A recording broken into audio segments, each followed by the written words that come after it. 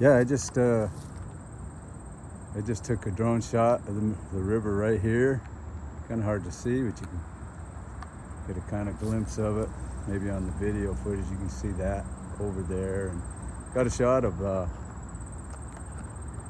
Mark's crane and all of that. Right now we're looking at the Black Warrior River right here. And it's flowing along, and I don't know about eating fish in this. There are a lot of people that will not eat the fish in here because of toxins, pollution. So that's the thing I'm looking at. I'm looking at, doing some sampling, personal, in our personal lab. Get a water sample kit, sample the water for toxins, heavy metals, those kind of things, and see, what it is that's going on here, because this is our planet. Yeah, we need to be responsible for it. And, it's the only planet we've got right now until we get to Mars, the moon and all that. But this is this is a good,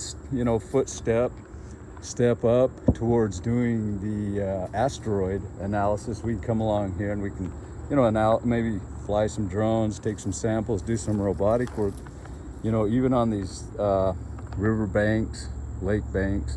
I mean, water is important, isn't it, guys? Yeah, so that's going to be, the goal is to, try to find out why we can't eat fish in these rivers, guys, okay?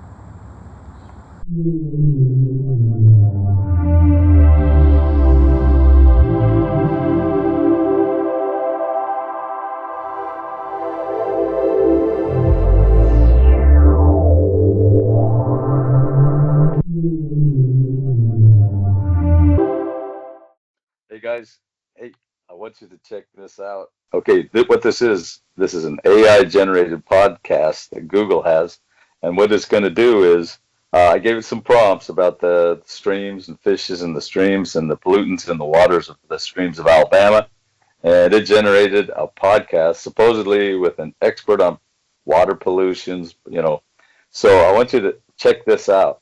So let me share that with you. Picture this. You're out on the water, sun's beaming down, you got your line in the water, and bam! Huge catch. No. Fish of a lifetime. But then you're told you got to throw it back. Yeah. And you think, why can't we eat all the fish that we want? That is what we are diving into today. Because this question comes straight from one of our listeners, Okay. who asked specifically about limits on how much fish you can eat from waterways, especially in Alabama. Yeah. I think there's always this assumption that these limits are all about just like pollution. The water's dirty. Yeah.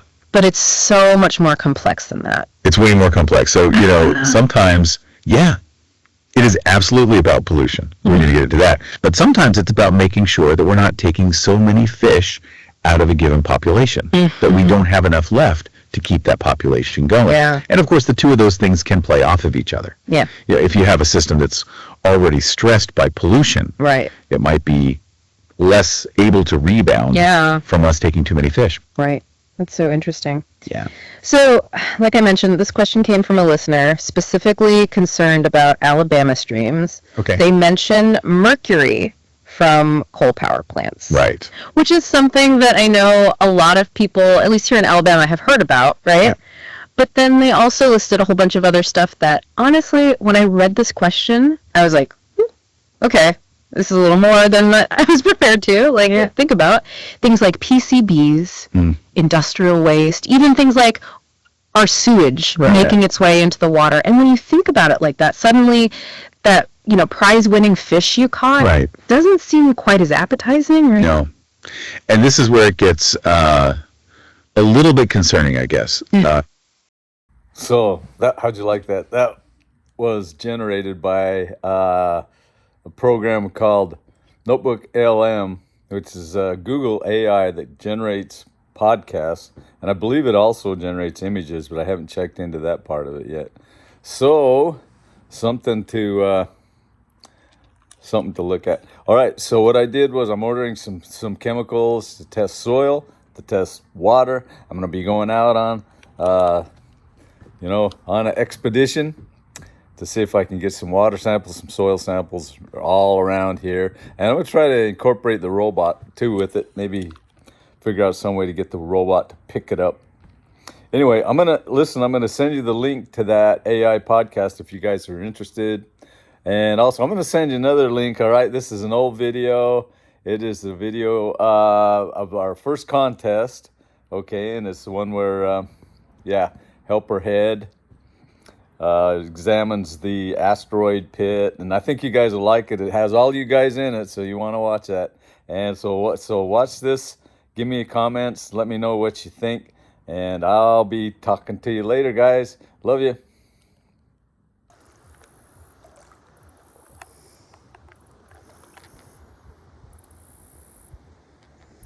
Oh, nice day for a swim. Couldn't see any fish down there. It's kind of murky. A little murky, but nice day for a swim. Say that. Beautiful.